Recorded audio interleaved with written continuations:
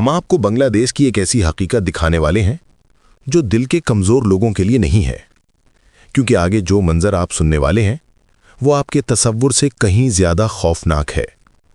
ये वो हकीकत है जहां जिंदगी और मौत एक ही पटरी पर दौड़ते हैं और इंसान अपनी सांसों के साथ रोज़ाना किस्मत का खेल खेलते हैं। लेकिन आगे बढ़ने से पहले हमारे YouTube चैनल व्लॉग्स विद फूल खान को सब्सक्राइब ज़रूर करें और बेल आइकॉन को दबा दें ताकि आने वाली तमाम नई वीडियो का नोटिफिकेशन आपको मिल सके। बांग्लादेश का दारुल हुकूमत ढाका एक ऐसा शहर जहां लोग जीतने नहीं बल्कि जिंदा रहने के लिए भागते हैं।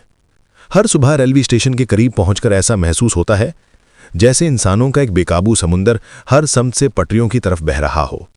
माएँ अपने बच्चों का हाथ मजबूती से थामे, मजदूर अपने पुराने और फटे हुए बैग सीने से लगाए, बुजुर्ग थके कदमों से चलते और तलबा परेशानी में घबराए हुए सब स्टेशन पर जमा होते हैं।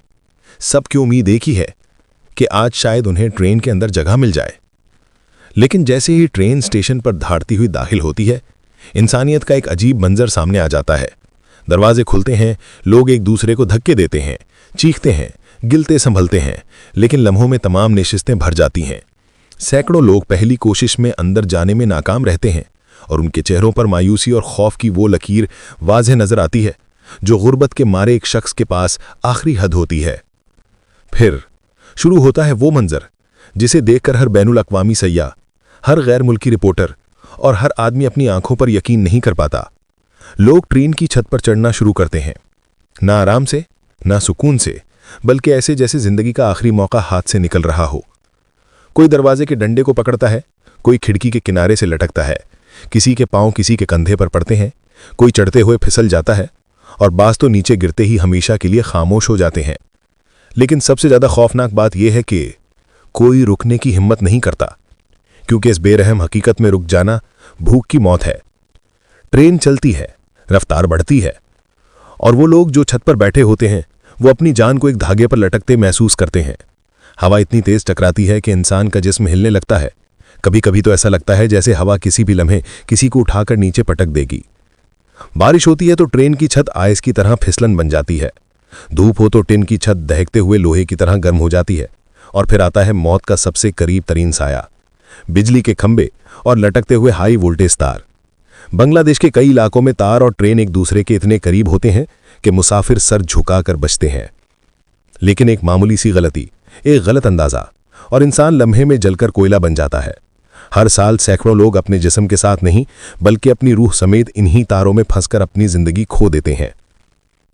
कुछ नीचे पटरी पर गिरते हैं, कुछ पहियों के नीचे आ जाते हैं, कुछ ब्रेक लगने के झटके में छत से उछलकर दूर जा गिरते हैं और कुछ हादसे के बाद कभी नहीं मिलते।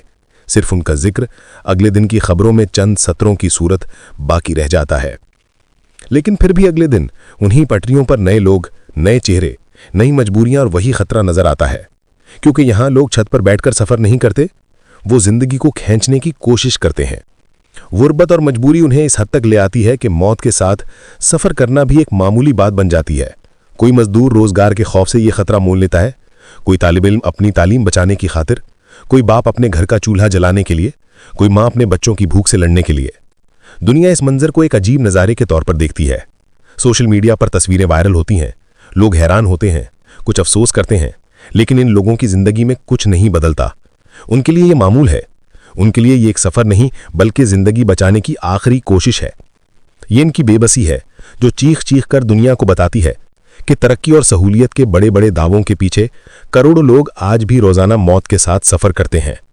ये बांग्लादेश की वो तस्वीर है जिसमें इंसान जंगल के कानून के मुताबिक नहीं बल्कि गुर्बत के कानून के मुताबिक जीता है। यहाँ ट्रेन की छत पर बैठा हर शख्स एक जिंदा लाश की तरह होता है जो चल तो रही है लेकिन हर लम्हा मौत के करीब फिसल रही है।